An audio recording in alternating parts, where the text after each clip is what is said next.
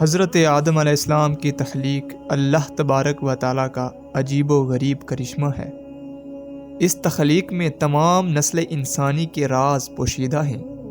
حضرت آدم علیہ السلام کی ہستی وہ ہستی ہیں جس کو تخلیق کر کے اللہ تبارک و تعالیٰ نے نسل انسانی کی بنیاد رکھی، اور حضرت آدم علیہ السلام سے تمام انسانی روحوں کو پیدا فرمایا گیا، پھر چاہے وہ مسلمان ہو یا کافر۔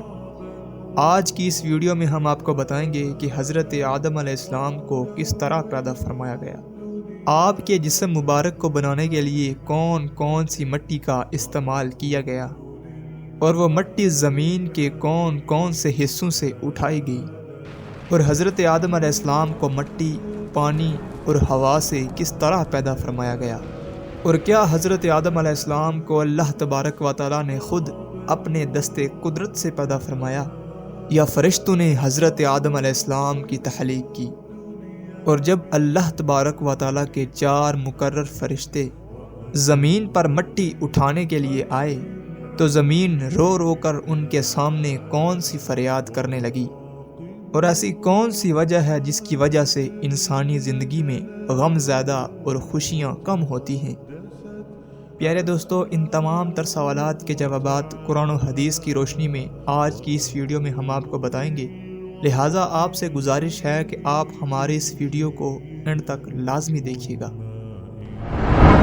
پیارے دوستو، جب اللہ تبارک و تعالیٰ کی ذات کے علاوہ کوئی بھی کائنات اور کوئی بھی مخلوق موجود نہ تھی، صرف اللہ تبارک و تعالیٰ کی ذات موجود تھی، اس وقت اللہ تبارک و تعالیٰ نے اپنی ذات کے بعد سب سے پہلے جس ہستی کو پیدا فرمایا وہ حضرت محمد مصطفیٰ صلی اللہ علیہ وآلہ وسلم کا نور اقدس ہے۔ اللہ تبارک و تعالیٰ نے اپنی ذات کے بعد سب سے پہلے اپنے محبوب کے نور کو پیدا فرمایا، اور پھر حضرت محمد مصطفیٰ صلی اللہ علیہ وآلہ وسلم کے نور اقدس سے تمام مخلوقات کو پیدا فرمایا، جیسے کہ اللہ تبارک و تعالیٰ کا عرش اور اللہ تبارک و تعالیٰ کے مقرر فرشتے، زمین و آسمان اور کل کائنات کو حضرت محمد مصطفیٰ صلی اللہ علیہ وآلہ وسلم کے نور اقدس سے پیدا فرمایا۔ حضرت آدم علیہ السلام کی تخلیق سے پہلے زمین و آسمان اور اللہ تبارک و تعالیٰ کے مقرر فرشتوں کی تخلیق ہو چکی تھی۔ ان تمام اشیاء کو پیدا کرنے کے بعد اللہ تبارک و تعالیٰ نے حضرت آدم علیہ السلام کو پیدا کرنے کا ارادہ فرمایا۔ پیارے دوستو، آپ کو بتاتے چلیں کہ حضرت آدم علیہ السلام کی تخلیق 4 چیزوں سے کی گئی۔ نمبر 1 مٹی، نمبر 2 پانی، نمبر 3 ہوا، اور نمبر 4 آگ۔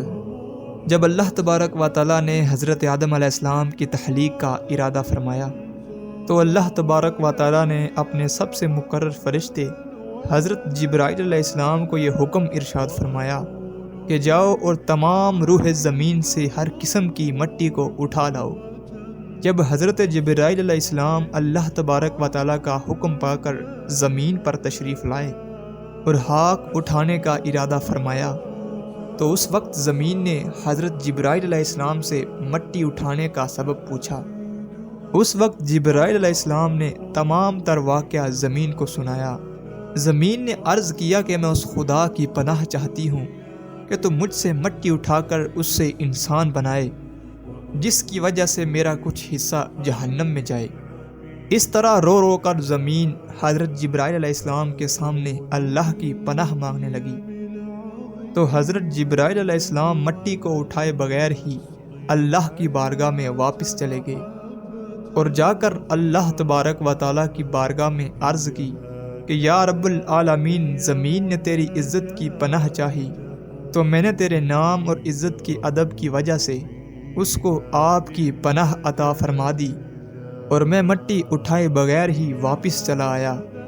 اس کے بعد اللہ تبارک و تعالیٰ نے حضرت اسرافیل علیہ السلام اور حضرت میکائیل علیہ السلام کو باری باری بھیجا، لیکن یہ دونوں فرشتے بھی اسی وجہ سے واپس خالی ہاتھ لوٹ آئے، کیونکہ زمین نے ان سے بھی اللہ تبارک و تعالیٰ کی پناہ چاہی، تو ان دونوں فرشتوں نے بھی اللہ تبارک و تعالیٰ کی نام اور عزت کی وجہ سے اس کو پناہ دے دی۔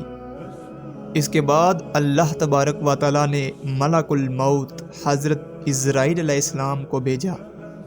حضرت عزرائیل علیہ السلام جب اللہ تبارک و تعالیٰ کے حکم کے مطابق زمین پر تشریف لائے تو زمین اسی طرح رونے لگی اور فریادیں کرنے لگی۔ اس وقت حضرت عزرائیل علیہ السلام زمین سے فرمانے لگے کہ میں تیرے رونے دھونے اور پناہ مانگنے کی وجہ سے اللہ تبارک و تعالیٰ کی نافرمانی نہیں کر سکتا، لہٰذا حضرت عزرائیل علیہ السلام زمین سے مٹی اٹھا کر اللہ تبارک و تعالیٰ کی بارگاہ میں حاضر ہو گئے۔ یہی وجہ ہے کہ اللہ تبارک و تعالیٰ نے حضرت عزرائیل علیہ السلام کو انسانوں کی جانیں نکالنے کا کام سپرد کیا اور آپ کو ملک الموت کے منصب پر فائز کیا۔ ملک الموت علیہ السلام نے مختلف 7 مقامات سے مٹی اٹھا کر مکہ مکرمہ کی مقدس جگہ پر جمع کیا، جہاں پر آج کعبہ شریف ہے۔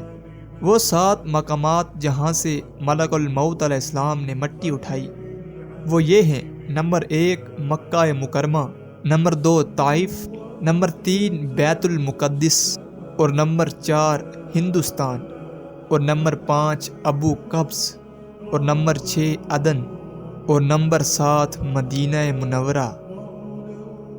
پیارے دوستو، روایات میں آتا ہے کہ مکہ مکرمہ کی مٹی سے حضرت آدم علیہ السلام کا سر مبارک بنایا گیا، اور بیت المقدس کی مٹی سے حضرت آدم علیہ السلام کی گردن بنائی گئی، اور عدن کی مٹی سے حضرت آدم علیہ السلام کا سینہ مبارک بنایا گیا، اور ہندوستان کی مٹی سے حضرت آدم علیہ السلام کی پشت اور شکم مبارک بنایا گیا، اور مدینہ منورہ کی مٹی سے حضرت آدم علیہ السلام کا دل مبارک بنایا گیا، اور طائف کی مٹی سے حضرت آدم علیہ السلام کے جسم مبارک کے مختلف اعضاء کو بنایا گیا۔ حضرت آدم علیہ السلام کی تخلیق میں جو 7 قسم کی مٹی استعمال ہوئی اس کا ذکر قرآن پاک میں کچھ یوں ملتا ہے۔ پہلی مٹی جو حضرت آدم علیہ السلام کی تخلیق میں استعمال ہوئی اسے قرآن پاک میں تراب کہا گیا ہے، جیسے کہ اللہ تبارک و تعالیٰ پارہ نمبر 17 سورہ حج کی آیت نمبر 5 میں ارشاد فرماتا ہے: ہم نے تمہیں خشک مٹی سے پیدا کیا۔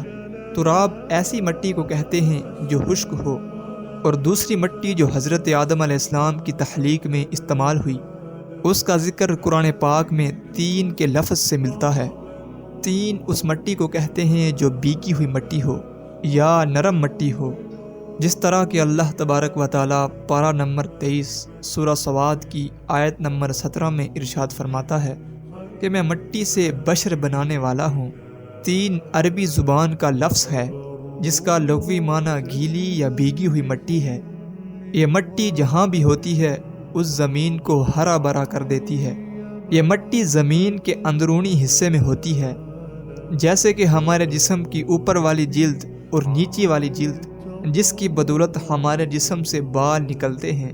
اور تیسری مٹی جو حضرت آدم علیہ السلام کی تخلیق میں استعمال ہوئی وہ ہماہن ہے، جیسے کہ اللہ تبارک و تعالیٰ قرآن مجید میں سورہ حجر کی آیت نمبر 26 میں ارشاد فرماتے ہیں کہ بے شک ہم نے انسان کو بجتی ہوئی مٹی سے پیدا فرمایا جو اصل میں ایک سیاہ بدبودار گارا تھی۔ چوتھی مٹی جو حضرت آدم علیہ السلام کی تخلیق میں استعمال ہوئی اس کو مسنون کہا جاتا ہے۔ مسنون وہ گارا ہوتا ہے پانی میں کئی روز رہنے کی وجہ سے بدبودار اور سیاہ ہو چکا ہو۔ پانچویں مٹی جو حضرت آدم علیہ السلام کی تخلیق میں استعمال ہوئی وہ طین العذب ہے، یعنی لیز دار مٹی، جیسے کہ اللہ تبارک و تعالیٰ قرآن مجید کی سورہ صاد فا کی آیت نمبر 11 میں ارشاد فرماتا ہے کہ بے شک ہم نے انسان کی اصل یعنی حضرت آدم علیہ السلام کو لیز دار مٹی سے پیدا فرمایا، اور نمبر 6 پر جس مٹی کو حضرت آدم علیہ السلام کی تخلیق میں استعمال کیا گیا اسے قرآن پاک میں سلسال کہا گیا ہے، یعنی کھنکھناتی ہوئی مٹی، جس طرح کہ اللہ تبارک و تعالیٰ سورہ رحمان کی آیت نمبر 14 میں ارشاد فرماتا ہے: انسان کو بجتی ہوئی مٹی سے پیدا کیا گیا جیسے کہ ٹھیکری۔ اور نمبر 7 پر حضرت آدم علیہ السلام کی تخلیق میں جس مٹی کو استعمال کیا گیا اس کو فخار کہتے ہیں، یعنی پکی مٹی یا ٹھیکری مٹی۔ اس طرح روح زمین سے مختلف قسم کی مختلف رنگوں کی مٹی کو اٹھایا گیا اور حضرت آدم علیہ السلام کو تخلیق کیا گیا۔ اسی لیے انسانوں کے رنگوں میں بھی فرق پایا جاتا ہے۔ پیارے دوستو، اس طرح جب حضرت آدم علیہ السلام کی مٹی کو جمع کر لیا گیا تو حضرت آدم علیہ السلام کی مٹی کا گارا بنانے کے لیے اللہ تبارک و تعالیٰ نے 7 قسم کے پانی کا استعمال کیا۔ نمبر 1، آب فرات۔ آب فرات اس پانی کو کہتے ہیں جو شیریں اور میٹھا ہو۔ اور نمبر 2، آب اجاج۔ آب اجاج اس پانی کو کہتے ہیں جو کھارا پانی ہو۔ اور نمبر 3، آب سلسبیل۔ آب سلسبیل اس پانی کو کہتے ہیں جو پاک شباب اور خوشنما پانی ہو۔ اور نمبر 4، آب تسنیم۔ آب تسنیم اس پانی کو کہا جاتا ہے جو خوشبودار پانی ہو۔ اور نمبر 5، آب رحیق۔ آب رحیق اس پانی کو کہتے ہیں جو پاک اور نشے دار پانی ہو، جیسے کہ جنتی شراب۔ اور نمبر 6، آب کوثر۔ آب کوثر وہ پانی ہے جس کو پیتے ہی انسان دنیا کا دکھ درد بھول جاتا ہے، جیسے کہ اللہ تبارک و تعالیٰ قرآن مجید میں ارشاد فرماتے ہیں، اِنَّا أَعْطَيْنَاكَ الْكَوْثَرَ، بے شک ہم نے تمہیں کوثر عطا کیا۔ اور نمبر 7، آب رحمت۔ آب رحمت اس پانی کو کہتے ہیں جو رحمت والا پانی ہو۔ اس طرح حضرت آدم علیہ السلام کی مٹی کو جمع کرنے کے بعد ان تمام پانیوں کو شامل کر کے حضرت آدم علیہ السلام کی خمیر کی مٹی کو گوندا گیا۔ اس طرح جب حضرت آدم علیہ السلام کا گارا تیار ہو گیا تو اس پر اللہ تبارک و تعالیٰ نے 40 روز تک بارش برسائی۔ حضرت آدم علیہ السلام کے گارے پر 39 روز تک غم کی بارش برسائی گئی اور 1 روز خوشی کی بارش برسائی گئی۔ اسی وجہ سے انسان کی زندگی میں غم زیادہ اور خوشیاں کم ہوتی ہیں۔